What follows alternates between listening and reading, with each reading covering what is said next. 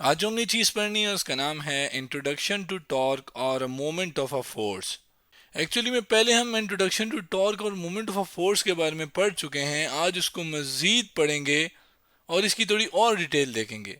Last time तो introduction to torque और moment of force के बारे में जो हमने पढ़ा था वो इस लेक्चर के अंदर पढ़ा था और हमने ये देखा था कि जो टॉर्क है वो हम आर और एफ से मालूम कर सकते हैं, जिसमें एफ क्या है और आर क्या है इसको जानने के लिए, और इसके साथ साथ टॉर्क क्या है इसको जानने के लिए एक एनिमेशन देखते हैं जो कि मैंने यहाँ fed.colorado.edu की वेबसाइट से उठाई है, जिसमें आपके पास एक सी सॉ है। अगर मैं इसके ऊपर एक साइड पे कुछ रख दूँ तो ये सी सॉ ये घूमना शुरू हो जाएगा इस पॉइंट के इर्द गिर्द।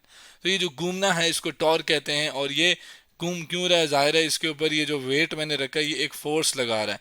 तो वो फोर्स की वजह से जब कोई चीज़ घूमती है तो वो उस घूमने को हम क्या कहते हैं, मोमेंटम, ओ सॉरी टॉर्क, जिसको हमने यहाँ पे डिटेल से देखा था। तो ये वो फोर्स है एफ, और ये जिस पॉइंट पे वो घूमता है वहां से लेकर जिस पॉइंट पे फोर्स लगती है इसके दरमियान जो फासला होता है इसको मोमेंटाम, जो कि आर हम कहते हैं।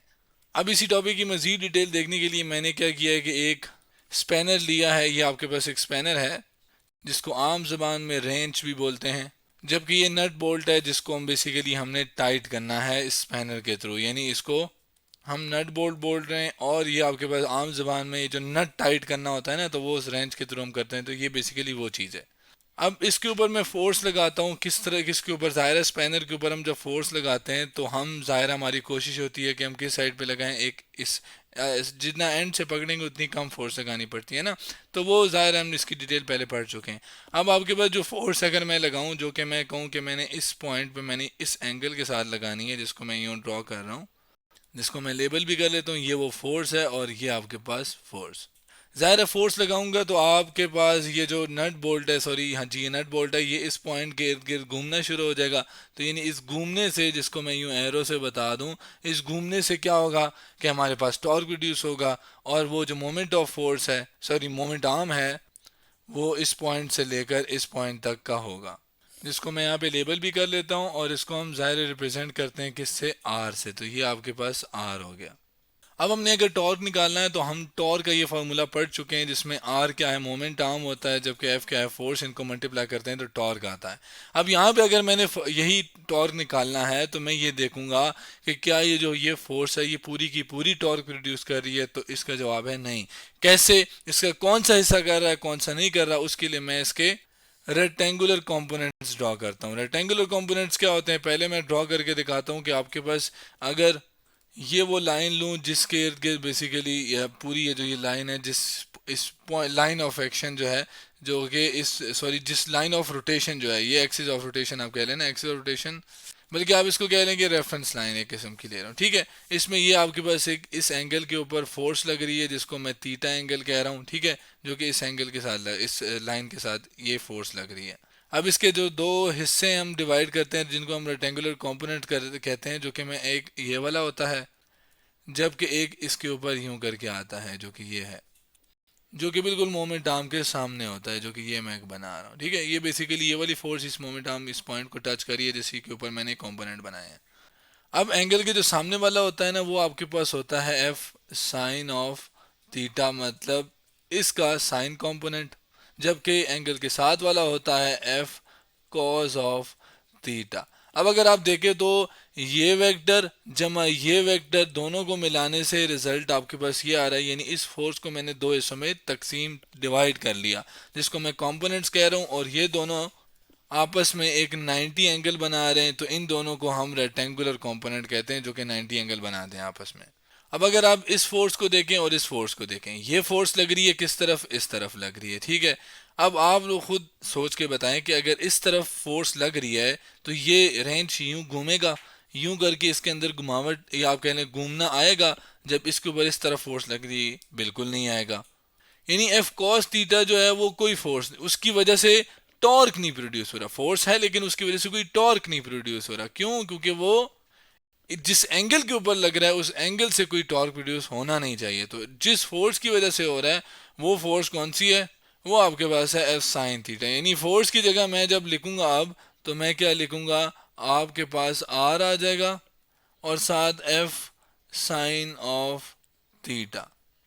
जिसको मैंने यहाँ पे लिख दिया, ठीक है, एफ की जगह एफ साइन थीटा लिख दिया। अब ये आपके पास बेसिकली क्या है कि अगर मैं इसकी मैग्नीट्यूड की बात करूँ तो आर एक मैग्नीट्यूड है जो कि मोमेंट आर्म का मैग्नीट्यूड यानी उसका नंबर और यूनिट, जबकि फोर्स भी क्या है उसका, अगर मैं देखूँ कि भाई कितनी फोर्स लग रही है 20 न्यूटन, किस तरफ लग रही है इस तरफ, तो जो डायरेक्शन है कि किस तरफ लग रही है उसको छोड़ूँ तो ये आपके पास ये मैग्नीट्यूड यहाँ पे ले रहा हूँ, ठीक है, ये मैग्नीट्यूड होता है बेसिकली, और ये आपके पास एंगल है। अब टॉर्क क्या है, हमने पढ़ा है कि वो क्या है, एक वेक्टर क्वांटिटी यानी उसको भी डायरेक्शन की ज़रूरत होती है, तो उसके साथ हम क्या करते हैं, एक एंड पे यूनिट वेक्टर लगाते हैं।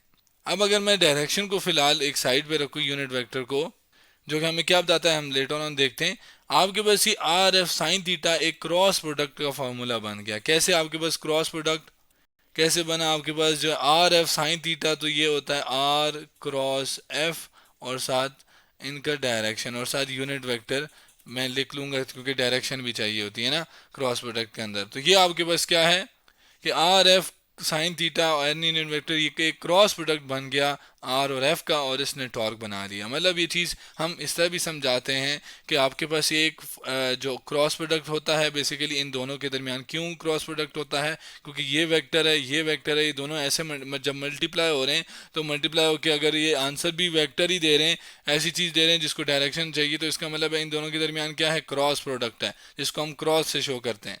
इसको मैं चले लेबल भी कर देता हूँ, ये क्रॉस प्रोडक्ट है जो कि दो वेक्टर्स मल्टीप्लाई होकर आंसर वेक्टर दें उसको कहते हैं हम। तो आपके पास जब हम क्रॉस प्रोडक्ट को ओपन करते हैं, मैं दूसरा तरीका समझा रहा हूँ, तो पहले की मैग्नीट्यूड आ जाती है यानी आर की मैग्नीट्यूड, फिर दूसरी की मैग्नीट्यूड आ जाती है जो कि जो दूसरी की मैग्नीट्यूड नहीं आती बल्कि दूसरे का वो वाला हिस्सा आता है जो आर पहले वेक्टर के ऊपर परपेंडिकुलर होता है, यानी फोर्स का वो वाला मैंने कंपोनेंट लेना है जो आर के ऊपर क्या हो, परपेंडिकुलर हो, यानी 90 एंगल बनाता हो। अब अगर आप देखो तो मोमेंट आर्म किस तरफ है, इधर है, ठीक है, इसकी ये लाइन है ये वाली पर्पल वाली। अब आपके पास जो फोर्स है उसके दो हिस्से हैं, ये और ये कॉस। कॉस जो है वो इसी डायरेक्शन में है जिसका जीरो एंगल बन रहा है, लेकिन आपके पास जो क्या कहते हैं साइन थीटा है उस वो बिल्कुल इस तरह है, यानी साइन थीटा 90 बना रहा है या कॉस साइन थीटा बना रहा है ना, तो इस वजह से हम एफ की जगह साइन थीटा लिखते हैं। तो ये भी एक तरीका होता है इस चीज़ को एक्सप्लेन करने का।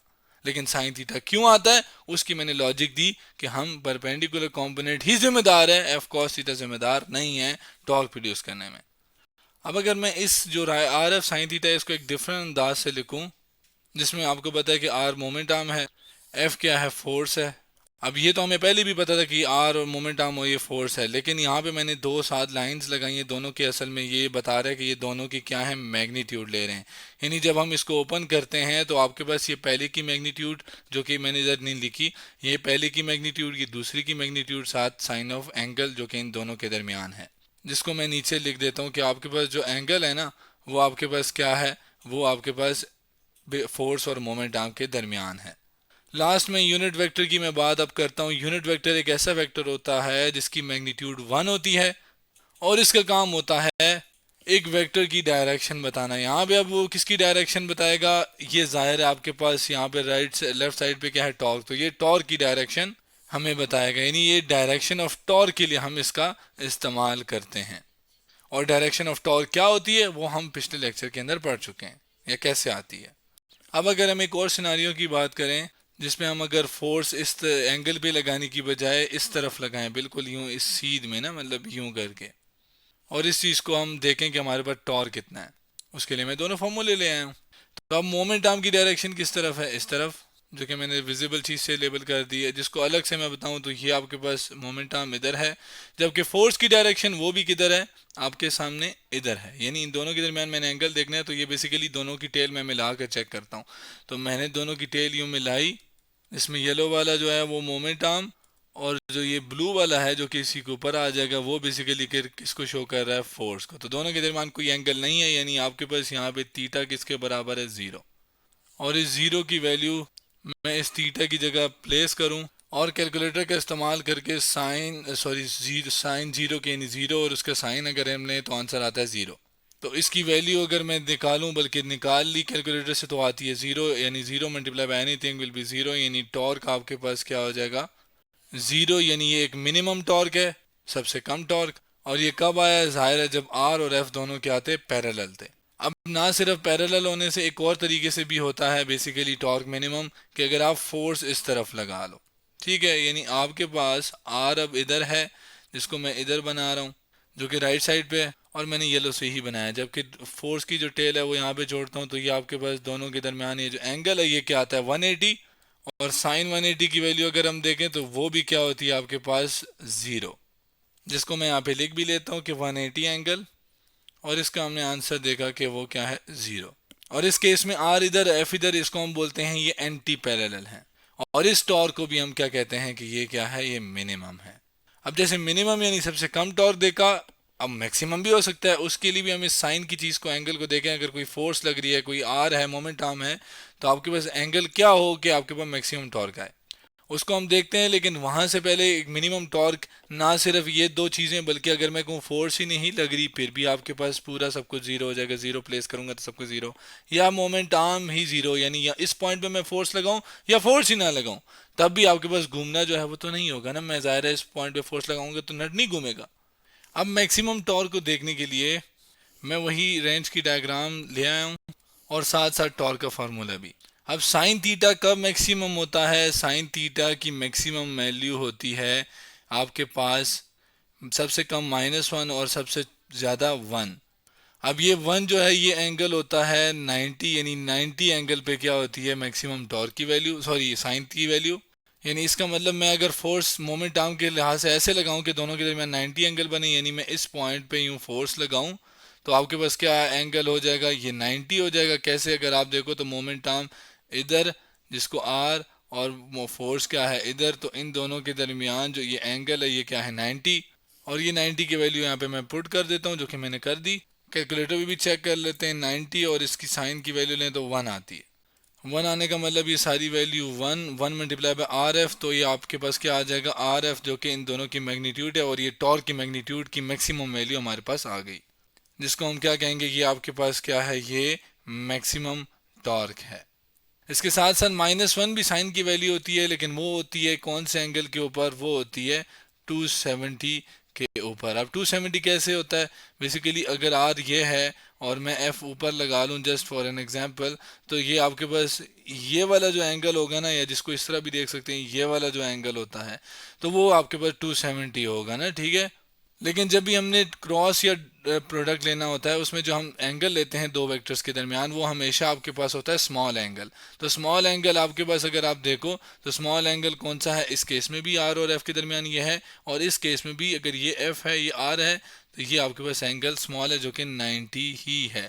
और ये इसका मतलब क्या है कि अब आप ऊपर से नीचे फोर्स लगाने की बजाय नीचे से ऊपर फोर्स लगा रहे हो, जो कि ये मैं शो कर रहा हूँ। यानी आपके पास 270 यहाँ पर कोई बात नहीं है, यहाँ पे जस्ट 90 है जो कि स्मॉल एंगल हमेशा बनता है।